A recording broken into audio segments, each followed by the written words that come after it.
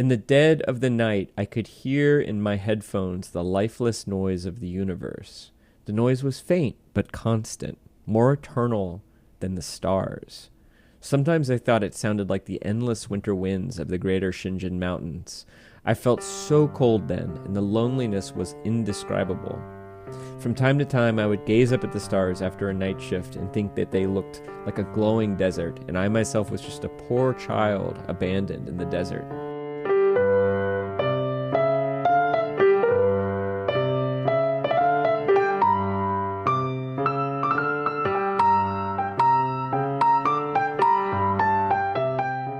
If you were walking home from work and somebody with your somewhat but not super athletic friends were playing pickup basketball and they're like, "Hey, Chris, come play. Could you play?" Yes, but I don't think it would be a good idea. Okay. They're low top, and there's almost no structure, no stability structure to the upper. Yeah. So I think you would turn an ankle pretty quickly. If I were driving on you, I would try to suddenly stop and then get you to overshoot exactly. me. You would just hope that I would and then fall backwards on my butt. I would charge the basket and then stop suddenly and then wait for you to fly past. I would try. In fact, I'd try to get past your hips so that you have to go into full pursuit mode, and then I would try to stop again. That would do it. Yes. Yeah. In the like overly comical version of this skit, like it's mostly just you playing basketball at normal speed and me like entering the frame and then crashing out of the other side of the like. Oh! There is a really funny. Yeah, exactly. There's a really funny Saturday Night Live skit that was about listener Chris Bagg just illustrated what he's doing. Well, I'll see if I can find the video for that. That was.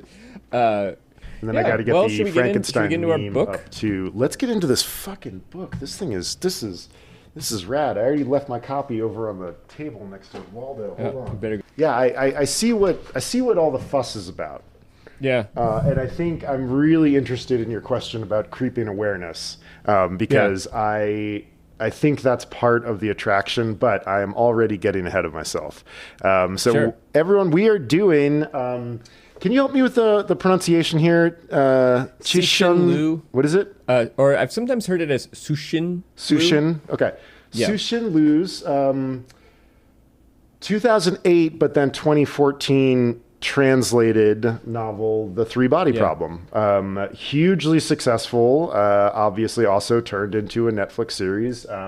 Part of a trilogy, Remembrance of Earth's Past, which is just almost a straight up ripoff of Marcel Proust's Remembrance of Things Past. And an interest, it's funny because I was reading an article with Cixin Liu today, and he himself refers to it as the Three Body Trilogy, which I think is what most people, I think almost nobody refers to it as the Remembrance of Earth's Past trilogy. Well, I mean, like that kind of happens to Proust also. Like people will way more talk about Swann's Way than the Remembrance of Things Past. Like they lose sight of the big picture group of works and tend to mostly just talk about the individual books.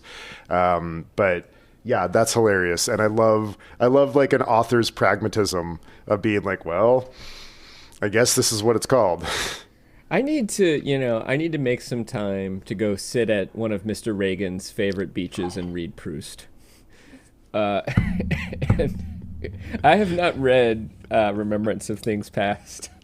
With Mr. But I have Reagan? where was Ronald Reagan's favorite beach? I suspect it's in California, so like that's actually a plausible thing. You could do that. You could exhume Mr. Reagan and take a copy of Swann's Way and read Proust on the beach. Read Proust. Listeners, we'll do like a special episode of this at some point. But Veronica Gang's immortal Love Something's My Problem. What is it? Love Trouble's My Business. Love Trouble's My Business. Yes, Veronica Victoria. Which I think you and I would enjoy a lot more now, having read Raymond Chandler. Yes, which certainly. She is lovingly satirizing, I believe.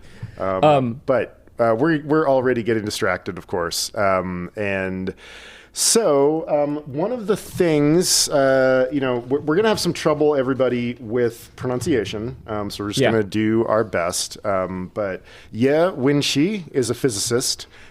She is one of our kind of two main characters of this book, which does flip-flop back and forth between the past and a rough present, sort of early aughts. But we're going to talk a lot about Ye Wenxie, and then also in the audiobook, it's pronounced Wong. I'm not sure. Wong Miao. Wong Miao. Okay. Yeah. So I'm going to trust the audiobook pronunciations, even though they're a little bit, they don't quite correspond to the spelling, but I think the romanization of Chinese is just wonky. Okay. So, yeah, in the audiobook, that name sounds like Wong Miao. Yep. Yeah, it often sounds like Ye Wenxie to me when they say her name. Yep. Also, the cop is Sha. It's like, to me, it always sounds like he's saying sh or sha, even though it's spelled S-A-H, like dashi. If it's not she, it might be something like sh or sha. But yeah, Ye Wenxie is a physicist. She's a young woman in the 60s, and then in the present, which is probably around 2000, she's in her 60s. And we were with her in both of those time periods. Although generally when in the 60s, we're seeing her through Wong Miao's eyes. Whereas in the present, we're seeing her through Wong Miao's eyes in the 60s. And then when we're seeing, she's a protagonist. She's the first or the third person close. Yeah, she's the person that we follow and sort of goes through the changing action. Yep. And her father is a scientist, a physicist, who we see beaten to death for adhering to scientific principles during the Cultural Revolution, sort of refusing to kowtow to the Chinese Communist Party and the particularly anti-intellectual bent of the Cultural Revolution. Her sister is a true believer in the revolution, is killed there was conflict between two different parts of the Chinese Communist Army or Red Guard during the Cultural Revolution, and she's killed in one of those conflicts. It's the very first scene of the book, in fact. And Ye is framed for writing an environmentalist memo praising Rachel Carson's Silent Spring, which is an illegal book, and she's punished for not denouncing her father. Essentially, she gets in trouble, and then to get out of trouble, they try to get her to sort of rat out her father's associates, and she refuses to do that. And it's maybe we could have expected that she would end up in jail or also tortured or beaten in death, but she's rescued by one of her father's students, Yang Weining, and recruited to work at Radar Peak, which later becomes called Red Coast, even though there's no coast. But it's a mysterious installation in the mountains with a powerful antenna, transmits something that can kill birds. We switch to the present. We meet our other protagonist, Wong Miao, who is our primary protagonist. And he is... The police and the military are trying to recruit him to be a spy or a mole of an organization called the Frontiers of Science, which is a mysterious organization. And several of their members, physicists, have been committing suicide in large numbers, including Ye Wenxie's daughter, Yang Dong. He meets a tough course police detective who we're sort of coded to dislike at first, named Shi. Who eventually does kind of become a kind of buddy cop version or character who eventually is quite endearing. He would be portrayed by the Chinese version of who played the older cop in Point Break, Gary Busey. Oh yeah, that would be great. I was also kind of I kept picturing Harvey Keitel. That also both anyone from that era, sort of a grizzled, grumpy, doesn't do things by the book, but you kind of like him anyway, sort of tough cop. Absolutely, yeah. So one of the things that Wong is encountering, he goes out and shoots some photographs with a mechanical camera and discovers that in all of them that he takes the pictures of, there's this mysterious digital countdown. And it's a mechanical camera, so that should not be possible to happen. Very strange. And then the countdown actually begins to be superimposed on his eyes. And he gets a message to stop working on his current project. And it seems that there's some connection to the Frontiers of Science. He tries to figure out what's going on with the numbers. He goes sees a doctor. And he learns about this game called Three Body, a video game that one of his colleagues at the Frontiers of Science is also playing. It simulates this world that has this wildly unstable climate. Sometimes it's really hot, sometimes really cold. The weather is totally variable. People can dehydrate themselves during periods when it gets too hot or too cold to try to survive those. And kind of what's happening is civilization is sort of born, goes on for a little bit, and then is destroyed by one of the chaotic periods. And as Wong continues to play the game, he begins to suspect, oh, the purpose of the game is to figure out why is this planet like this. And so Wong visits Wenxia, mostly because I think Wong was an admirer of her daughter, Yangdong, and so goes to offer condolences for her daughter's death. And she shares some of her backstory, and also she talks about her time at Radar Peak, which I don't know that Wong is connecting to these other events, although there maybe are some hints that there's some connection to the other events that Wong's experiencing. You know, the three-body game and the the scientist committing suicide and the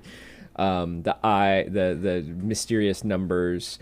So she tells the story of how over time, you know, when she first got to Radar Peak, she was kind of persona non grata, not trusted, but she gains more trust. She's promoted into more senior roles, operating the equipment, and it turns out that the equipment is a powerful radio telescope and microwave transmitter. And after some lies and red herrings, it's revealed that the true purpose of this equipment is actually to search for extraterrestrial life. Meanwhile, Wong Miao continues to play Three Body and deduces that the game is set on a planet with three suns. He sort of solves the puzzle. Subject to the chaotic movement because the suns are enacting the physics situation of the three-body problem, where they are essentially in chaotic movement around each other, and this poor planet is constantly being ripped out of orbit in one sun and stuck into the orbit of another sun, and sometimes there's two suns, and one times there's three suns, and there's a terrible catastrophe where the three planets are in, I think it's apogee, and this planet gets subject to terrible supergravity, and all the poor people get sucked off the surface of the planet and into the sun.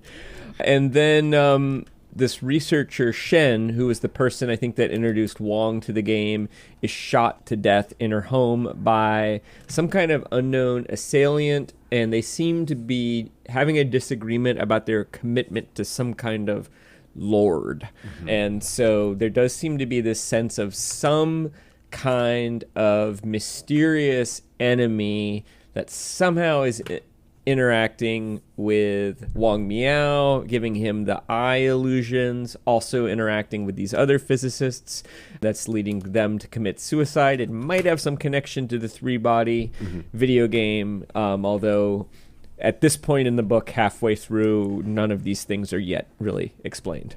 Yeah, I mean, I'd say that, like, what you just described goes to one of the central tensions of the book, which is this a conspiracy theory, or is this like a horrible natural process? Like all of these things that's going on, the mystery that we are sort of engaged in, and we learn about those two possibilities through the unfolding of the action. And he keeps his cards really close to his chest. And I would say that at any given time, either the conspiracy theory version or the scientific version kind of holds sway. And that's one of the ways that he kind of keeps the narrative ball in the air, which is really interesting. That's a really interesting way to do this. Yeah, and I'm curious, hopefully, and I don't know if I mentioned this to you, but hopefully you were not, the book's premise was not spoiled to you, because I think that, especially with this book, I've now read this It's actually my third time reading it. But the first time I read it, I remember really enjoying the mystery, and also really enjoying the clues that we were getting. And there's this sort of dawning, creeping hypothesis that begins to form about the relationship of all these phenomenon that I find very satisfying, but there are also surprises that continue. So I'm just curious what your experience of that is. Are you enjoying that sensation? And also, do you want to share any of your hypotheses or suspicions about, what's at the heart of this mystery that Wong Miao is experiencing? Yeah, I mean, I am super enjoying it. This kind of goes to the question that I've got for you about the what I'm terming the sci-fi expositional problem. But I am really enjoying the mystery because I think that there are just enough clues to keep you turning the page. I think if there were fewer clues, he's really playing it close to the line. Like this could easily tip over into there's not enough information and I don't know what's happening. What the hell is going on? Yeah. He does ask a lot of you as a reader. You are thrown into, mid 20th century Chinese history. And you're like, oh shit, it's been a while since I've thought about that. Got to kind of get myself back up to speed in that direction. And then, oh my gosh, we're in the present, and now there's a lot of hard science that I also have to absorb. And I think the thing that tethers it all together is the weirdness of the video game. And because the video game is so weird, if you're in my position and you don't know what's going to happen, you're like, what the fuck? He's just this sounds like a terrible game, first of all. And all these awful things happen. It's this total dystopian. People are dehydrating themselves into leather so they can be both carried around and surviving these just horrible things. But the game... And sometimes rats eat the leather people, exactly. And they get rehydrated and they're missing a finger or something like that. There are wonderful little moments of comedy in this book. And I think, if we have time, one of them I want to bring up at a certain point. And that is one of them. That after rehydration... a person on this world is my finger is gone. And other people are count yourself lucky. Those of us that were not in the dehydratories, some of them had their heads chewed off by rats. And you're you can just hear the author being it's dark. Well, you know what? I've created this fucking weird world. Why don't I have a little fun with it here and there? And so what's great is that the video game in the book operates in much the same way that a video game operates in the real world, except that it's like you're playing a game, but you haven't been allowed to play the tutorial. You just sort of dropped in. There's this very famous late aughts video game called Dwarf Castle. It's and it's the old character-based video game, sort of, not like adventure, but, where the walls are kind of drawn with X's and whatnot. It's intensely complicated. There's no rules. You don't really understand what you're doing or what the point is. And what's great about this is every time he returns to the game, he has another little clue. And so we kind of alternate between game action and real-world action. And the two of those kind of contribute to the unspooling of what is happening here? Because at first you think, okay, something horrible scientifically is about to happen. There's this little kind of side quest where he goes off to an observatory and discovers that something really weird is happening with the cosmic background radiation. There's this great researcher who's it's been 0.27 Kelvin for the last 50 million years, and it's gonna be for another 100 million. And that particular night, there's a 5% fluctuation in the temperature, which is just like, and he has gotten a message that that's going to happen too by some mysterious entity. Yeah, absolutely. And as you're saying this now too, I'm remembering the first read. I remember the sensation of the first 100 pages or so being like dense and intriguing and disorienting, and having the sense of like, there's some great moments here, but I really don't know what this book is about. And really the moment that changing was when Wang Miao enters the room of Shen and she's playing the video game for the first time. And so you have this like middle-aged lady wearing what, is sort of like something you'd expect more like a teenage, this VR suit. I think it's even called like a virtual suit or something V-suit. Like that. Yeah. A V suit. And she's playing this, and it's a little bit out of character. You wouldn't expect like a 50-year-old woman to be playing like addictively this video game. And then we're pretty quickly after that brought into the game. And I do agree. My recollection is that in reading this, the game gives you something to kind of cling to. And it's weird, but it's also very specific and very memorable and very fun, I think, too. Yeah. And there are these little clues. I also have the sense, we in the section we read, Wang Miao basically solves the game. He figures out what's going on. I do remember, I think I came up with the hypothesis that there were more than one sun on my own, like based on these clues. That's impressive. And I remember even thinking that the flying stars were other planets, although there's a very specific explanation for why the suns shrink and then suddenly a flying star is where the sun was, having to do with the visibility of the outer core of the sun and inner core of the sun.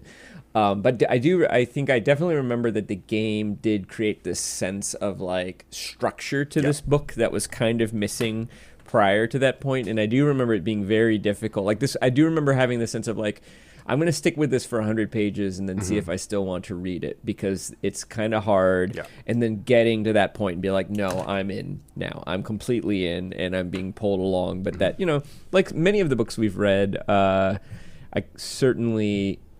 I sort of felt this way about, The Broken Earth, the first, whatever the first book, but also Octavia Butler's book, Parable of the Sower.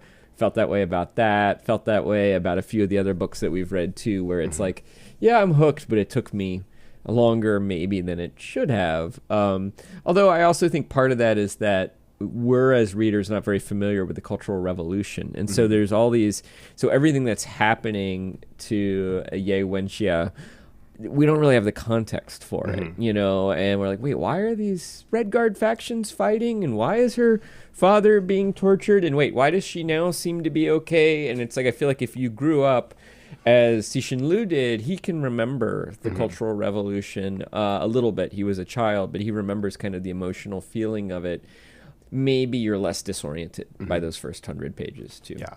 I think, another thing that really tethered me to it is it instantly recalls a Larry Niven short story called All the Myriad Ways, where basically a discovery is made that there are millions of multiple realities, and that, so you are just one of many million of yourselves scattered throughout. Right. And the action of the short story is that people just start killing themselves because they're like, well, why not? Like, doesn't matter. There's 999,999 more of me out there. And so it like that, I was like, oh, that's really interesting. I wonder what's going on in that direction. And then in the other direction, sort of like the less super highfalutin sci-fi, I was like, oh, this is interesting. This is sort of like another take on Ready Player One, whereas Ready Player One is much more of like an entertaining romp. This, I was like, oh my gosh, what is happening with this game? This is really interesting. And I mean, there's so many books that are about people that end up in games. Tron. Yeah. Like it's a trope. And what I think is so interesting about this book is that it feels like he is kind of upending a lot of different tropes at the same time, though I'm not quite sure which ones. Right. And well, it's interesting too, because like you could argue in a way there is a kind of cyberpunk quality to this, because the game is sort of functioning as this alternate reality. And also there's a society that is forming around the people who play the game, and that gets developed a little bit more later. I don't remember if in this section there's been a meetup yet. I think maybe there was one meetup in the first half of like game enthusiasts. But one of the other things that happens too is Wong starts trying to figure out sort of like who in his version of the game are NPCs, and who are other players like him, and he's guessing about that. Although there's this one moment where I think like he's about to be burned at the stake, and Isaac Newton flicks a Bic lighter at him, sort of evilly, right? And you're like, that, or a Zippo, and you're like, yeah, that's probably one of the players, right? Like, or it's just a weird quirk of this game too. But yeah, the game is also leaning into the surreal and the bizarre, and that scene was amazing. He's Copernicus. There's Aristotle is there. Galileo is there. That's actually my first reading. Yes, great. I can't wait to get there. So, well, my first question kind of dovetails with this one, and I sort of feel like I've talked a little bit about it already. But I mean, the game is one of the primary expositional avenues of this book, and we've talked about this before. How do you get the complicated information from your brain to the reader's brain? And like, how do you see the other than the game, how do you see the exposition happening in this book? And is it working for you? It is, although I think that one of the things we've established is I have a very high tolerance for sci-fi limited exposition that I have a high tolerance for sci-fi books where the reader has to work a little bit to make sense of the premise, and my mind very much enjoys those puzzles, and I seem to instinctually recall sort of details and hints in a way that makes that pleasurable. I'm remembering sort of my experience and your experience and Lindsay Lajoie's experience of Neuromancer, and how you two both found that a lot more frustrating than I did. So it does work for me quite well, and I certainly feel like I was really enjoying it. And I think you're right that that part of the mastery of Cixin Liu here is a real sense of balance, because he's also this book does have like. It does sort of read like a 1970s Larry Niven novel. Like there are just long sections where they're like, well, the radar peak is actually controlling a microwave unit. It was originally a level 17 microwave unit, but now we're up to a level 15 microwave unit, which is too broad to escape the Earth's reversed polarity negative gravitational field. There are long sections where characters say things like that to one another. Yeah. And, you could argue that that's not necessary or less craft, but I think that it's important for Cixin Liu that everything...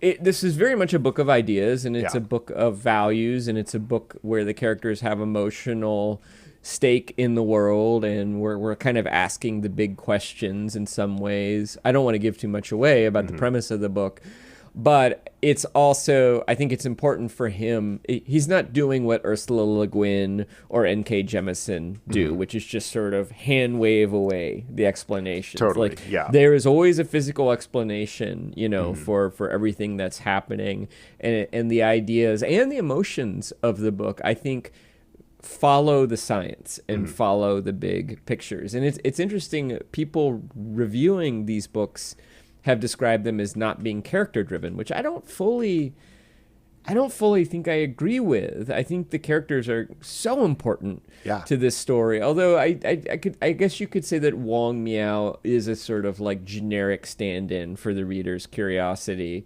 But Ye Wenxia to me seems like a very profound character. In fact, maybe I'll skip to my second reading. She's a hero. Yeah, and like, I don't know, the reason I asked it was because I noticed that even though I was engaged, I was like, wait a second, we're having another conversation, aren't we? And it was the conversation. A lot of what Hollywood calls chalkboard scenes. Yeah, there we go. I don't know if Hamlet Hit Points has a version of this too, and a lot of pipes. You know, totally. Yes, so many pipes. Yeah. But yeah, I mean, also that I am just kind of interested in physics and astrophysics. So to me, engaging with those ideas. I don't find that particularly Yeah, boring. I sometimes read nonfiction books about the same topic. So Totally. like, you know, it's I have a high bar for that. I think that there are probably some readers who would be fatigued by the hard sci-fi-ness and the expositionalness of this book, but I think it really pays off. And I also think a lot of the payoff of that happens in the second half of this book when you start realizing what's actually going on. Oh my God, I can't wait. And Yeah. there is a sort of like Get Out like quality to that, you okay. know, as in the like, you know, the horror movie where you're like, you know, that's messed up. You know, like there are, and even this book has the like, there's that sort of like little wonderful digression about the shooter and the farmer. Yes. To, Oh my which God, just so great. I think is a tonal foreshadowing of the second half of the book. But again, I don't want to give too much away. Maybe. Actually, I think I might reverse the order of my readings. I had two that I wanted to do, but here is one. If I were going to make the case that this is a character-driven book and not simply not simply a sci-fi book of ideas, this is one of the sections I would point to. So Wang Miao is visiting Ye Wenxia, and she's talking and reflecting on her time at Red Coast Base. And she's about gotten to the end of the story. We learned that essentially the base was decommissioned in the 80s after there was just less interest in the search for extraterrestrial intelligence. And she's reflecting on this. And she says to Wong, "The search for extraterrestrial intelligence is a unique discipline. It has a profound influence on the researcher's perspective on life." Ye spoke in a drowned-out voice, as though telling stories to a child. "In the dead of the night, I could hear in my headphones the lifeless noise of the universe.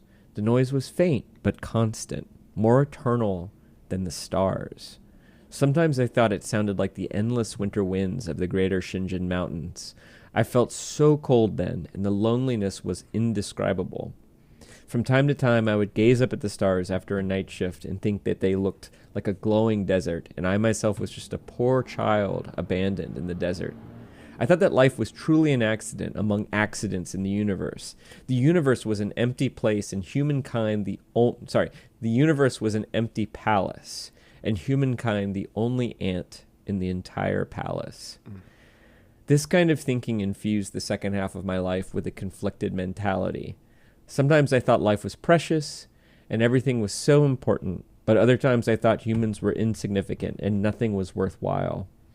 Anyway, my life passed day after day accompanied by this strange feeling, and before I knew it, I was old. Wang wanted to comfort this old woman who had devoted her life to a lonely but great enterprise, but Ye's last speech caused him to sink into the same sorrowful mood. He found that he had nothing to say except, "Professor Ye, someday I'll go with you to visit the ruins of Red Coast Base." Ye slowly shook her head. "Xiao Wang, I'm not like you. I'm getting on in years and my health isn't what it used to be. It's hard to predict the future. I live my life day to day." Looking at the silvery head of hair on Ye Wenxia, Wang knew she was thinking of her daughter again. Yeah, that's about as character-driven as you can get. Right.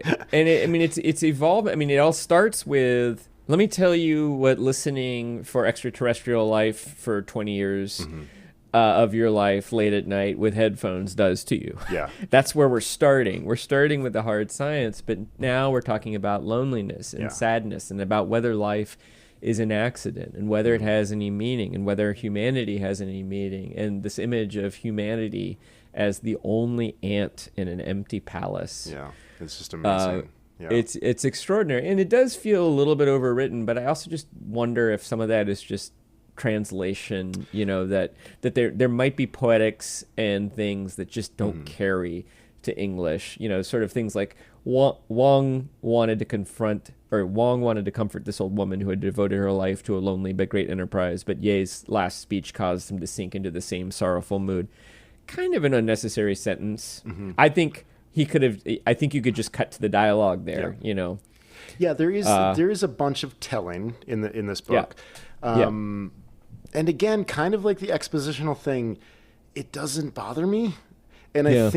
I think the reason why is, and you're sort of getting at it, is that like in a book of hard science fiction, like there's kind of enough to absorb, you know? Yeah. And so I think that it might be one of those things where like our literary brain is kind of working on overtime Yeah. to deal with the like these concepts. Cixin Lewis, like, I'll just break it down. Right, yeah, let's just I'll just tell you how the here's characters he are feels. feeling. This is what's going on.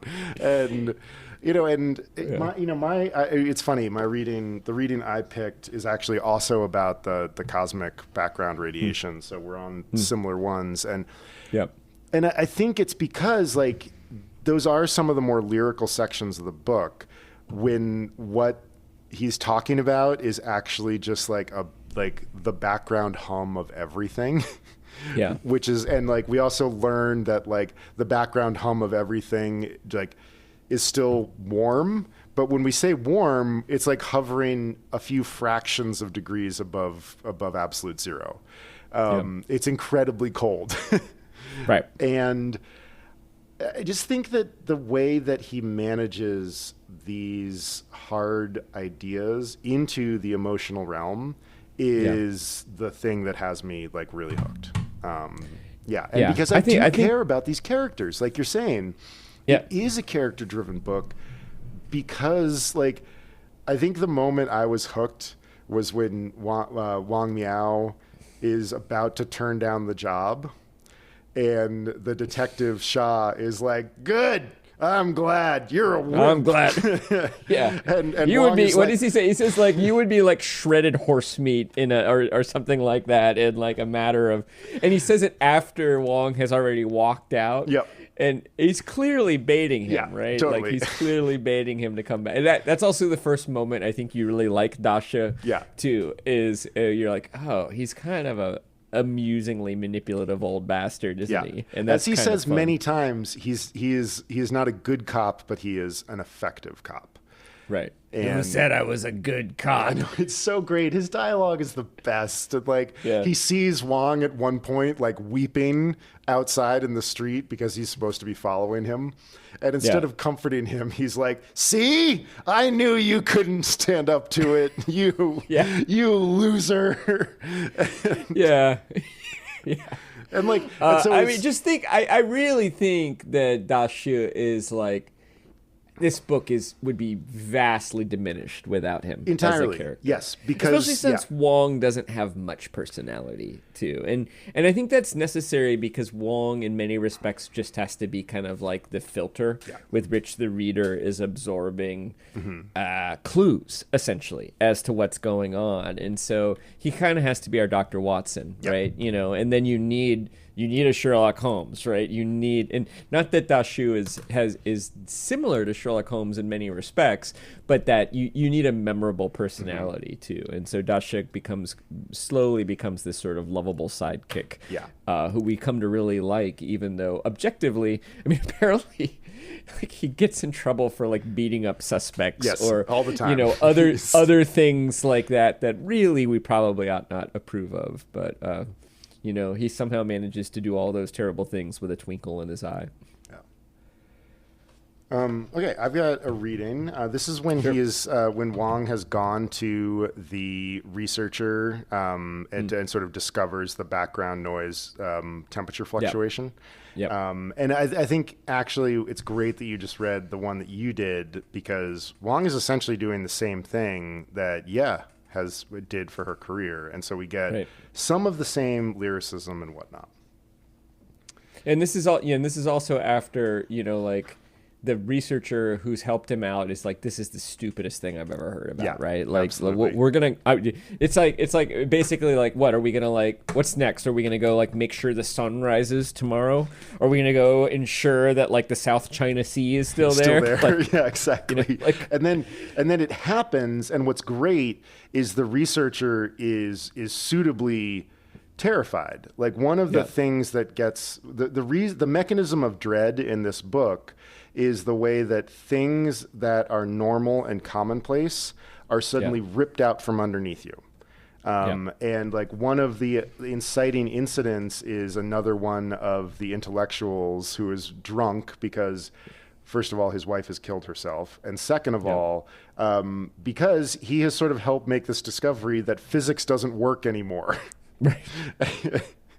And which is terrifying to scientists because, the rest of us might not understand the import of that. But the red light had come from more than 10 billion years ago. It was the remnants of the Big Bang, the still warm embers of creation.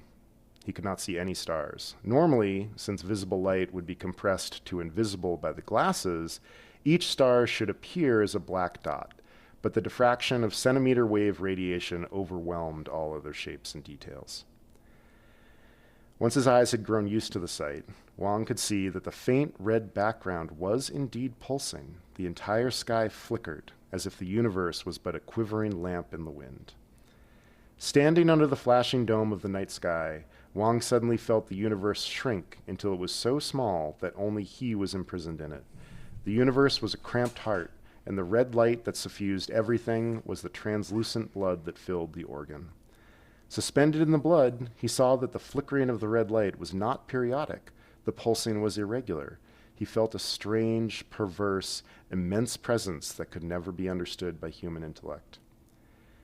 Wang took off the 3K glasses and sat down weakly on the ground, leaning against the wheel of his car.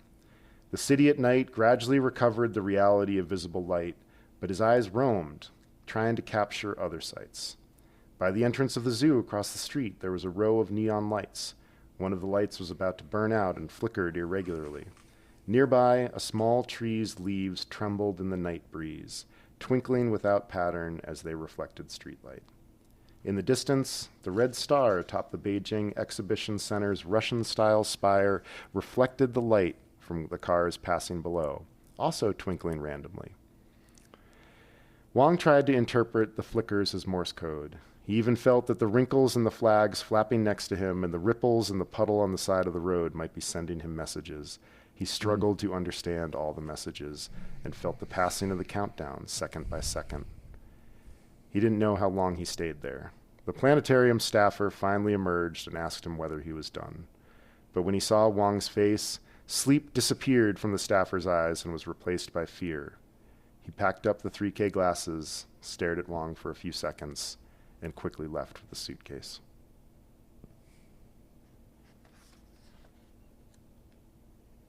That is quite a piece of writing.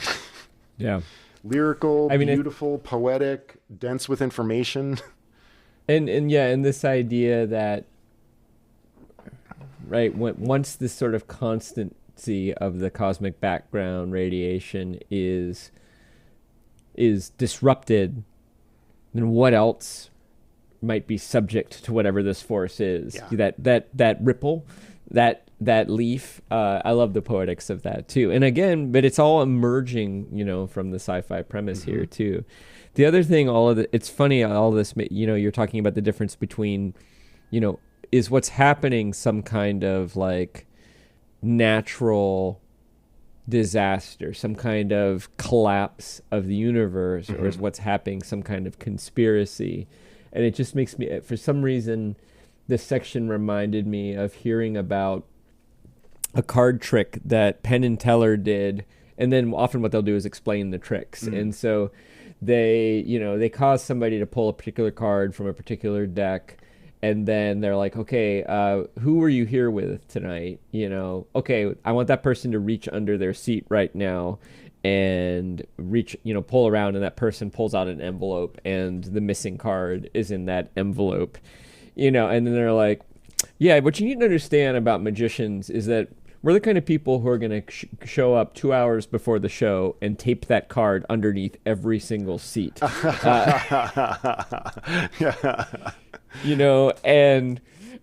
then he's like, everybody else reach under your seat, and then the trick is much less impressive, or maybe, depending on your point of view, much more impressive because it's much more effortful.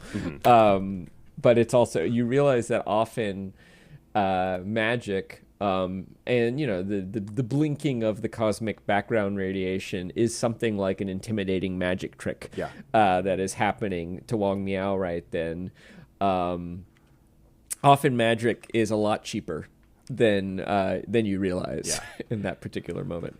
Yeah, I mean, and just the question, like you're saying, this is a question of perception. Because, like, if you don't look under the chairs, it's an amazing magic trick. And Right. then if the magicians widen your perspective to include all of the information, suddenly, like you said, it's a much less impressive trick. And what Wong is seized with at this particular moment is this desperate attempt to understand. Like, he's very Yeah. quickly trying to, like, what do the flickering lights of the cars mean on the spire Right. of the Beijing Center? And like you just said, he is suddenly attacked by the understanding that he knows nothing. And then, Right. like when we hear from later, that sense of being an ant in the empty palace of the universe really hits home. Yeah. There's a lot of Hamlet in this book. We get a lot of To Be or Not to Be. He also Yeah. just drops the phrase undiscovered country without talking That's right. about Hamlet. That's right. There's enough of it here that it's like we can't ignore it. And like that's, another great work about why are we here? Like what are we doing? And I would say that also that theme of this entire series is full of moments where characters are facing a kind of looming crisis or catastrophe, but there's also time. It's like you don't there's nothing you can do about it, but also you don't have to do anything about it at this particular moment other than live with the awareness of whatever it is that you're being made aware of. And to me that feels like that's very Hamlet too, Yeah. right? This sort of sense of interminable waiting for an inflection point that may never come. And what that restlessness Yeah. is like. And it's a very sophisticated literary theme, and I don't know, it actually, the more I think about it, the more annoyed I get at this notion that these aren't character driven books. I think what maybe people mean by that, by character driven, is something more like Star Wars or Guardians of the Galaxy, where it's more like your crew of friends, your the sort of found family stories of a Star Wars, which is great, right? Like who doesn't want to hang out with Luke and Leia and Chewie and Han and the droids all day, I wonder if that's what people mean when they mean character-driven sci-fi, or if they mean something else. Because to me, this feels eminently about humans and about human emotions and about characters, but that just doesn't seem to be the standard description of these novels.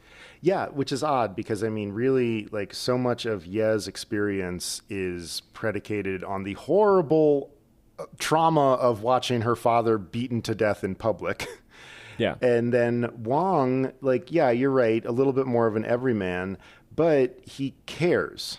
Like he deeply cares about his colleagues and really the state of science and what the world means.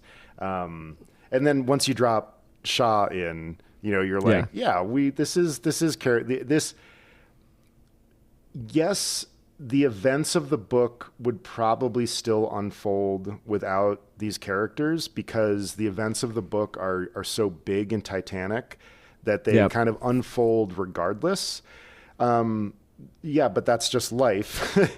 And I think that maybe the characters aren't super driving the plot forward. Like we are a little bit in Diamond Age world where, especially with Wong. Yeah. The protagonist is essentially here to go places and talk to people and receive information from those places so we can understand it. But like, I believe him as a person. There is a cynical side of me that would want to know the ethnicity of those reviewers that said that this is not character driven. Oh, interesting. And wondering about a kind of Western arrogance about who gets to be a character. But without knowing the reviewers, I can't follow up on that. Yeah. Well, I think one of them was a British bookseller, so that would fit. Because I read an article in The Guardian about sort of Cixin Liu's popularity in the UK and London in particular. They weren't sure when his book was translated. I think it was Tor. They liked it, like the publisher liked it, but they weren't sure whether these books were going to be successful or not. And then apparently also what happened, a lot of the market in the West was driven by Chinese students, international students, essentially, who are Chinese, but based in London or based in the United States, buying the book too, which was also surprising to people because I think that publishers were not aware that there was a market. But by the way, they were buying it in English. This was the English translation. Oh, cool. Interesting. Which I think, and I wonder if they'd read it in Mandarin, and then were excited to read it in English. Oh, that's so cool. As like imagine if you grew up somewhere, then went to school somewhere else and learned that language, and then your favorite book came out in that language. It would be great. Yeah. Well, I have another reading. This was originally going to be my first reading, but this was more, I think it speaks to kind of the dawning awareness, the creeping awareness, and also I think the pleasure of the creeping awareness, and also just the surrealism of the three-body video game, too. Oh, sweet. Yes, I'm so stoked. So this is the Copernicus chapter where Wong thinks he's figured out what's going on, that there are in fact three suns, and he has explanations for everything. And the patriarch of this particular civilization is Pope Gregory. And so Wong explains what's happening, and the other people, including, I want to say Galileo, is Newton. I think Newton is in this one too. Aristotle's there for sure. Aristotle. Yeah. They're skeptical, and at one point Pope Gregory just says, burn him. Yeah, so I'll start the reading then. This is just after he's been sentenced to being burned. Wang Miao was seized by a nameless terror. He shouted, "Don't do this! Let me go! I'm telling the truth!" If you're telling the truth, then you won't be burnt to death. The game rewards those who are on the right path. As Aristotle grinned, he took out a silver Zippo lighter, flipped it in his hand in a complicated fashion, and then flicked it on. Now, I will say, I think the translator could have done better than complicated fashion. That breaks the spell a little bit. But I love the idea of Aristotle flicking a Zippo. As he's about to light the firewood piled around Wong, a bright red light filled the entrance tunnel, followed by a wave of heat and smoke. A horse dashed out of the light and into the great hall. Its body was already on fire, and as it galloped, the wind whipped it into a ball of flames. The rider, a knight in heavy armor that glowed red from the heat, dragged a line of white smoke behind him. "The world has ended! The world has ended! Dehydrate! Dehydrate!" As the knight shouted, the animal under him fell down and turned into a bonfire. The knight was thrown some distance and rolled all the way to the stake, where he stopped moving. White smoke continued to pour out of the openings in the armor. The sizzling grease from the dead man inside oozed out on the ground and caught fire, giving the armor a pair of burning wings. Everyone in the great hall streamed towards the entrance tunnel and squeezed into it, disappearing in the red light from outside. Wang Miao struggled with all his strength until he was freed from the ropes. He dodged the burning knight and horse and dashed through the empty great hall and ran down the sweltering tunnel until he emerged outside. The ground glowed red like a piece of iron in a blacksmith's furnace. Bright rivulets of lava snaked across the dim red earth, forming a net of fire that stretched to the horizon. Countless thin pillars of flame erupted towards the sky. The dehydrators were burning. The dehydrated bodies inside them gave the fire a strange bluish glow. Not far from him, Wong saw a dozen or so small pillars of flame of the same color. These were the people who had just run out of the pyramid. The Pope, Galileo, Aristotle, Leonardo. The fiery pillars around them were translucent blue, and he could see their faces and bodies slowly deforming in the flame. They focused their gaze on Wong, who had just emerged, holding the same pose and lifting their arms toward the sky. They chanted in unison, "Tri-solar day."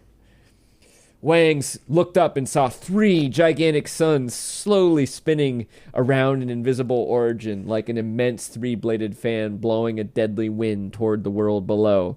The 3 suns took up almost the entire sky, and as they drifted towards the west, half of the formation sank below the horizon. The giant fan continued to spin, a bright blade occasionally shooting above the horizon to give the dying world another brief sunrise and sunset. After a sunset, the ground glowed dim red, and the sunrise a moment later flooded everything with its glaring, parallel rays. Once the 3 suns had completely set, the thick clouds that had formed from all the evaporated water still reflected their glow. The sky burned, displaying a hellish, maddening beauty. It's really good. Yeah. And I think this is what we're here for, right? Like I mean, and I do think this is a book about characters too, but this first book is kind of a little bit of a horror story in a respect, and the horror isn't a monster that hides in your closet with razor hands or with sharp teeth. But there is this sense of menace and threat. And even though Wang Miao is in theory safe, right? He's playing a video game. The horror and the beauty of all of this come through so brilliantly, and just this capacity to imagine, a very simple a billiards ball physics problem, a 3-body problem, and then imagine what it would be like to be on a planet if 3 suns were operating like that. I don't know.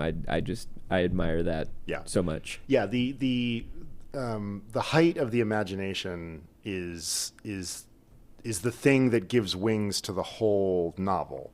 And he appears to also be an excellent writer. So he's like one of those things where you're like, God damn it, you can hit 40 home runs and steal 40 bases? Are you kidding? That's not fair. That's a lot of very difficult thing to be able to do. And it's hard to know. I mean, I do think there's a clunkiness to it, but I think that might just be translation. My understanding is that a lot of the characters' names have a kind of poetic symbolism that is probably lost on most of us too. And so it would be really interesting to have enough Mandarin to read this in the original language and see how it worked in that language too. But certainly the vividness of the imagery for sure comes through. Is intense. Yeah, it's great. I mean, you kind of adjust your, you shouldn't do this, but I think we all do, is that you somewhat adjust your literary expectations depending on what you're reading. And I think that's what you're talking about, is like we accept a small amount of clunkiness or a small amount of overwriting, because the rest of it is just so captivating. Yeah, and I think the same holds when you're reading a much older work too. Like if you're reading Shakespeare in Middle English, or even reading Frankenstein, or even I would even argue A Study in Scarlet or Dracula. There's something a little bit old-fashioned about the language that I think we just sort of forgive, and you sort of you peer through that for the essence. Yeah. Well, I could go to trivia. Okay. I think you're going first. I am the host. So this is a Netflix series question. You don't have to have seen the series in any way, but it was a striking enough piece of news that I couldn't pass it up. So in 2020, a few months after the Netflix series was announced, what Game of Thrones-like event occurred between the show's executive producer and one of his subordinates? And it was sparked by a disagreement about how the show was being produced by the subordinate. A, the subordinate poisoned the executive producer, resulting in the death of the executive producer. B, the executive producer cut the subordinate's hand off in an honor duel due to the severity of the disagreement. Or C, a bear was used in the shooting of early scenes, and the bear escaped and cornered the two producers, who escaped by climbing a fake wall that was part of the set.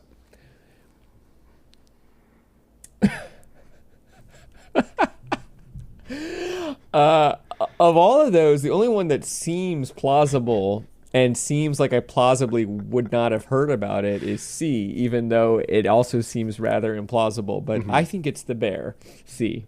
Sadly, it's the poisoning. No! Yes, the subordinate producer poisoned the executive producer because of a disagreement they had, and the executive producer died. Really? Yes, the subordinate producer murdered the executive producer. Was that before Benioff and Weiss were involved, or like did they come and take it over, or is Benioff or Weiss dead? No, not. But I get the feeling, because this was a few months after it was announced, so it probably wasn't like fully in production quite yet. But yeah, wild. Oh my god! Yeah, no, what a crazy! I found it and I was like, "Is this real?"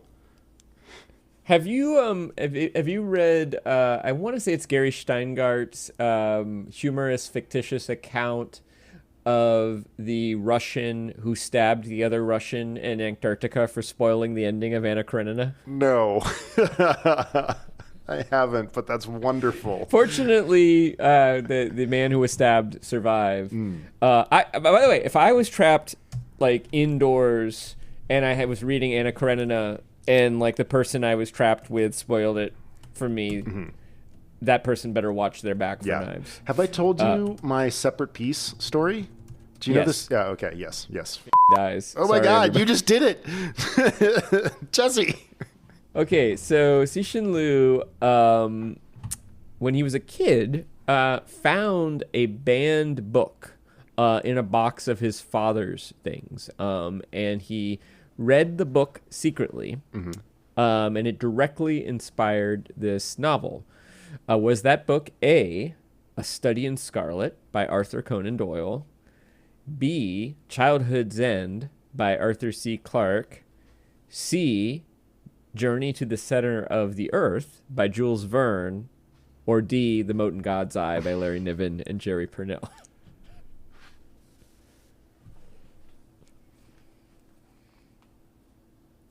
What was option B? Childhood's End by Arthur C. Clarke.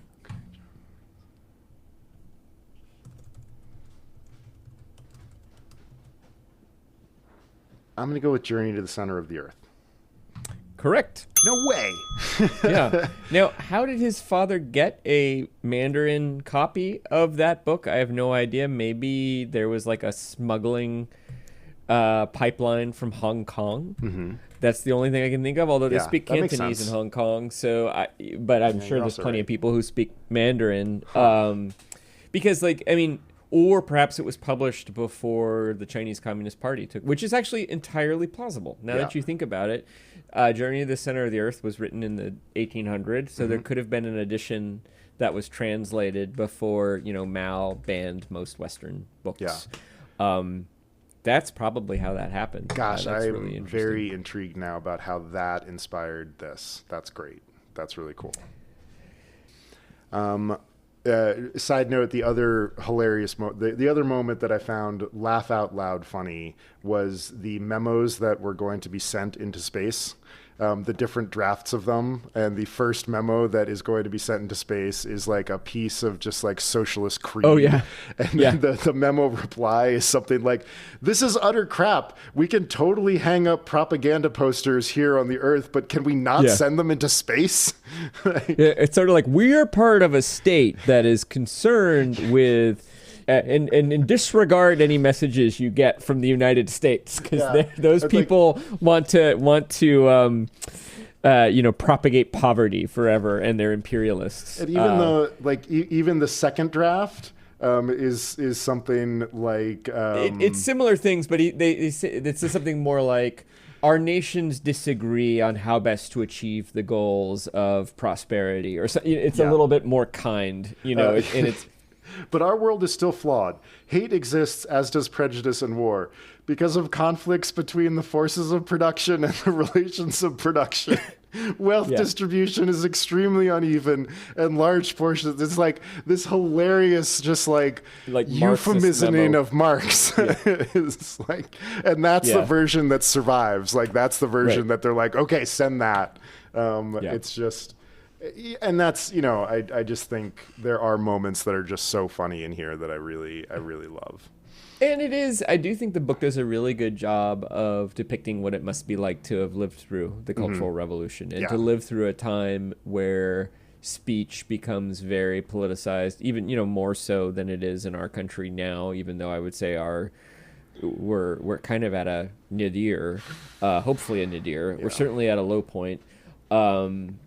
And I think it dramatizes that very well, and also sort of dramatizes how, like, and I actually think this is a big theme of Cixin Liu, is that often the way that that's overcome is simply by being endured, not by being conquered, by being endured. Ye Wenxia, her life is not so bad as an old lady, and she endures quite a bit, and of course she loses her daughter, which is terrible. But, she toughs it out and she survives. And, we meet her as this sort of calm elder who has had an interesting and maybe not even terrible life, despite some terrible trauma early on. Yeah. Well, Upper Middlebrow is a small point production. Chris Bagg and Jesse Dukes are two rival factions of the same army.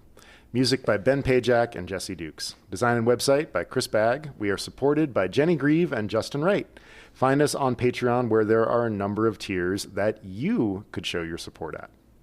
And a reminder, Bagg and I are both writers and editors and can help you with your writing, podcasting, or editing project. You can see some of our portfolios and learn more at our respective website, chrisbagg.com and jessedukes.com. Join us next time for part 2 of this wonderful novel, The Three-Body Problem by Cixin Liu. I'm so looking forward to hearing how you react to part 2. I am so looking forward. I don't have time tonight, but I am probably going to say fuck that and keep reading regardless. I'm going to get some granola in the oven for camp and keep reading the book.